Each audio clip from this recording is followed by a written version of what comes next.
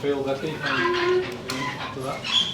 Yeah, I think the adrenaline's still going, so I'm still really excited, and the scenes in the changing room are just so nice to see after all the hard work to finally get across the line. It was a tight game, it was a good battle between us and Portsmouth, but I'm just so glad we've come out the other side and got the result and then into the final now. Yeah, cup final, how does that feel? Yeah, I'm really looking forward to it. I think before the game we wanted to, give the supporters who've come week in, week out to Kingston Park or on the away trips a cup final to look forward to, and we enjoyed going to Wembley so much for the men's team, so to be able to give that cup final feel to our fans and friends and family is just massive. There's a special atmosphere around the team.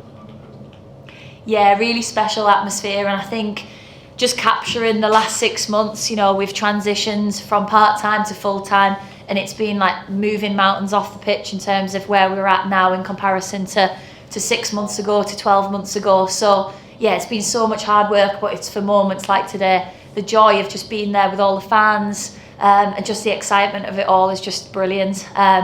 When they equalised, it was a bit nerve-wracking at that point, but again, I thought the girls really kicked on well after conceding, and then so special for Potsy and for Georgia, two massive Newcastle fans to score the 2 goals today. Sandra, any questions? Just in terms of, how do you feel this win sums up the kind of progress that Newcastle United Women have made, like you say, from that transition from part-time to full-time? Yeah, it just epitomises all the hard work and the hard yards that have went into this transition to go full-time. And when you're full-time, it's fantastic because you've got more resources and more time with the players, but you've got to work even harder. You've got to be more consistent, to come in every single day, 6 days a week, and be absolutely on it every single day. And myself and Amber and the staff, Amber as captain, have done so much to make sure the team is on track. And yeah, it's just fantastic to give ourselves the chance now to get to a final and hopefully go on to win it. Louise? Hi. Congratulations, Becky. How pivotal has Dan Ashworth been in getting to this point, and how important is it to get the next director of football appointment right? Yeah, Dan's been fantastic with the women's team and fantastic with myself. He's a fantastic sporting director, but more importantly, he's a really good guy. So he's done a lot to support our women's team. He's done a lot the last couple of weeks to help the team. We trained at the men's training ground yesterday on the grass pitches in preparation for the semi-final today. So yeah, he's been fantastic. So you need to get his successor right now. Yeah, I guess so. I think whoever comes in as sporting director, needs to do the right job and help the team. And did today also show the fantastic atmosphere here, what the WSL could have if you get there eventually?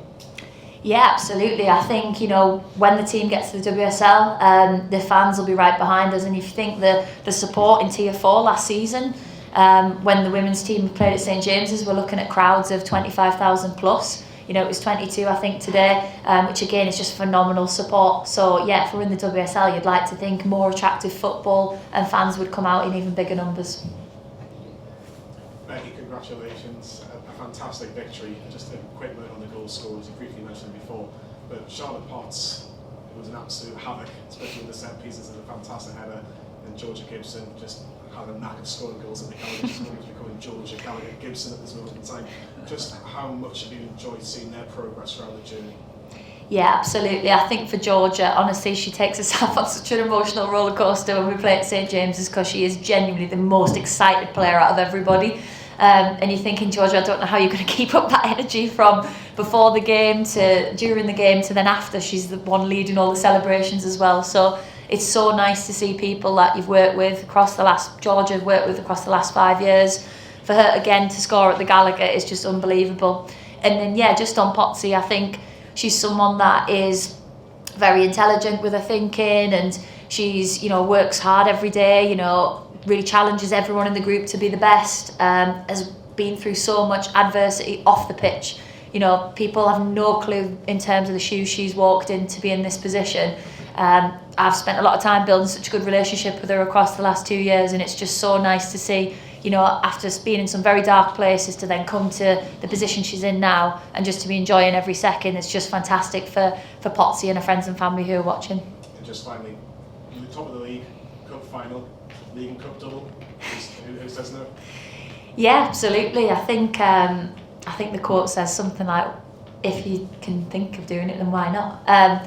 But yeah, I think if you can believe you can do it, then why not? But yeah, I think it would be fantastic to do the double, of course. But we literally can't get ahead of ourselves. We've played 70% of the league games. We've got 30% of the league games to go. So we've got to ensure that we are switched on for those 7 games. We know from last season and the season before, you can hardly drop any points. So we cannot take our foot off the gas at all. So we just need to stay focused, stay switched on every single day, really grinding those results out. And they'll be tough, there'll be small margins. It was a 2-1 last week. It's another 2-1 today. So we know we've got to be sharp and on it. Thank you. Jeff? Just a word on the game, Becky. You seem to have a lot of success from set pieces into the box. Charlotte, it was third time lucky with for a goal. Was that part of the plan? Was that something you sort of researched? Yeah, I think we've always prided ourselves across the last 2 seasons to score goals from set pieces. We've not conceded a single goal from a set piece the whole season.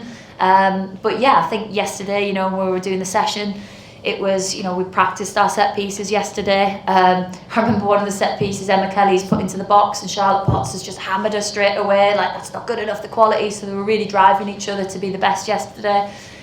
So thankfully when Potsy headed it in, I thought, really glad we did that yesterday now. So yeah, it paid off. And just a word on, everybody's mentioned the possible league and cup double.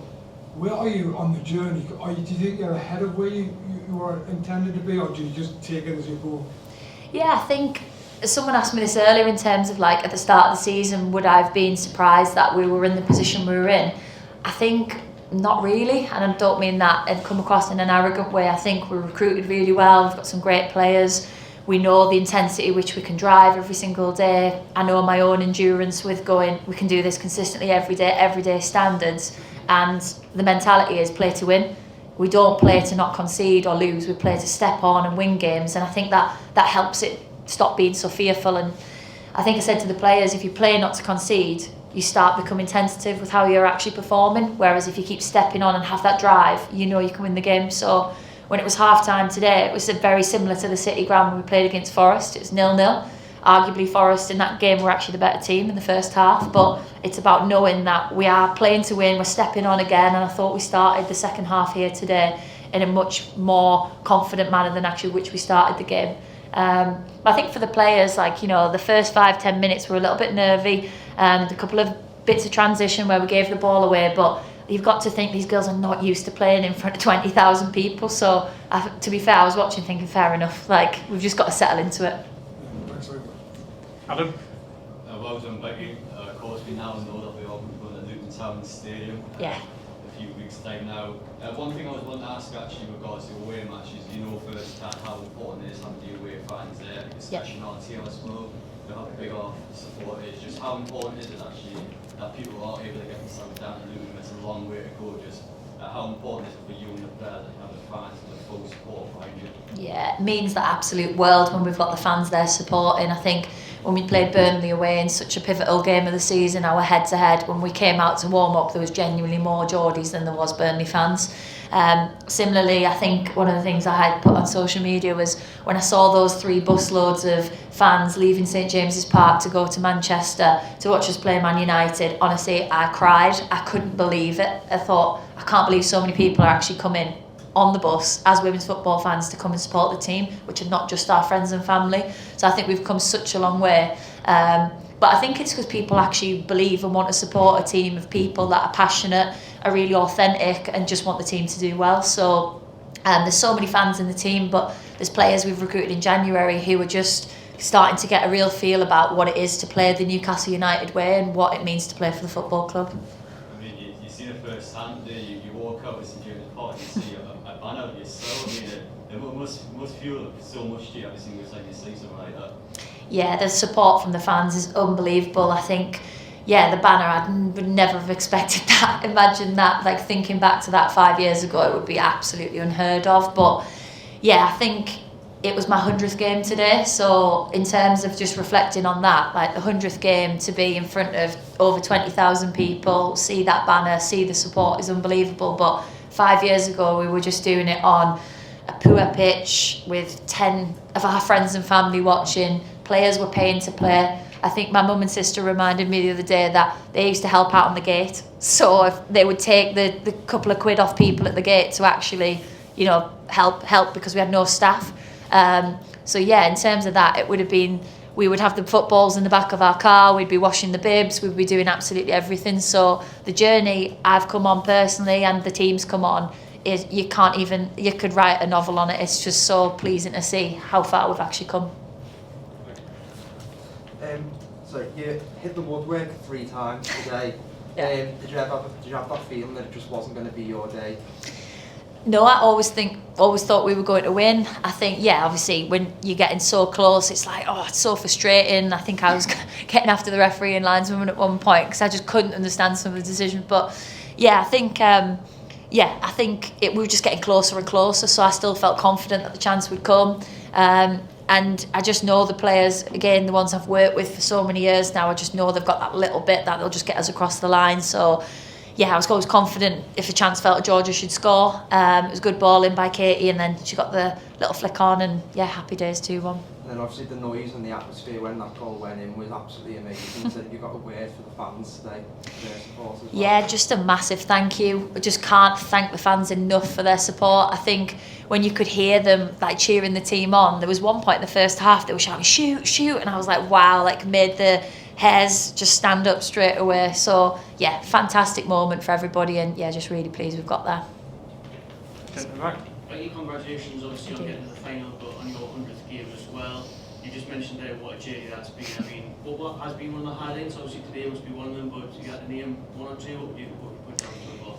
Yeah, definitely today has to be one of them. I think it was just such a, like, playing at St James's, but with a semi-final and the pressure of that, you've got to enjoy the pressure of it all. As the game's going on, you can feel the anxiety building, but you just got to like remove all of that noise and just start focusing on what your job is, what you need to get out of the players. Obviously the Barnsley last day of the season will forever be one of the best memories. When Katie scored the second one in that game, the relief was unbelievable to think we'd come so far to then finally get across the line. And I think the first time we played at St James's, I don't think I'd ever rewrite that memory. You know, I was hoping there'd be 10,000 people maybe at a push. Probably didn't even think we'd get to double figures. And then to see 22,000 people there was just absolutely, honestly gives me goosebumps now thinking about it. So yeah, I'm just so proud, and we just need to keep going onwards and upwards. And any plans in the works to do one more game at St James's Park maybe before the end of the season? But hopefully got a couple of trophies on the spit. Yeah, we would like to. I think, to be honest, I think some of it is about like why we haven't had any more fixtures is because of the Champions League fixtures that are kind of midweek fixtures. It takes time to turn the pitch around and other stuff. So it hasn't been the club not wanting to do that. You know, I think it's logistics sometimes. So yeah, if we could squeeze another one in, I'm all for it because it's absolutely brilliant. But yeah, we've just got to do the job, and these 7 games, we've just got to make sure we're switched on and see it out. Brilliant, thanks very much. Cheers. Any more for any more? Becky, I've only seen Andy. He did a horse in Mourinho, started running down, sprint towards the Gallagher, Anna Salisbury joined him. They're both jumping on each other. Seen just before kick-off as well, emotions with your captain as well. First time playing the St James's Park. Amanda Stephen, we were in the press box, I'm sure the rest of the press guys will, yeah, Amanda Stephen had a fangirl moment, running down the stairs, running onto the pitch, and she was quite emotional, so a lot of emotions from, really positive from everybody, but I mean, how are you feeling yourself, and are you proud of yourself?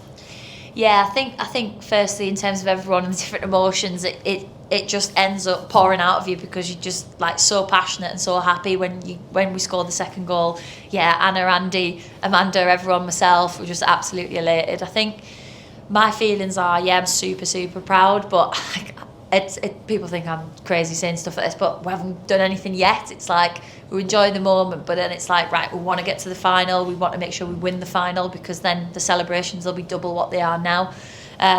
We're saying to the girls, don't be getting too excited and thinking a few drinks in town's okay. It's not yet. We'll get there, but I think it's more about just making sure we win the final, we enjoy it, we lift that silverware. But the biggest thing's the league, because we all want to play women's championship football next season. Just a word on Amanda Staveley. Darren Eales was also in attendance today. What does it mean to you and to the lasses to have the support of everyone at the club pulling together in the same way? Yeah, I think the staff that Newcastle employ are just incredible people. You don't work here unless you're absolutely outstanding at your job. So Darren, another amazing guy, couldn't help more with the women's team and be more supportive.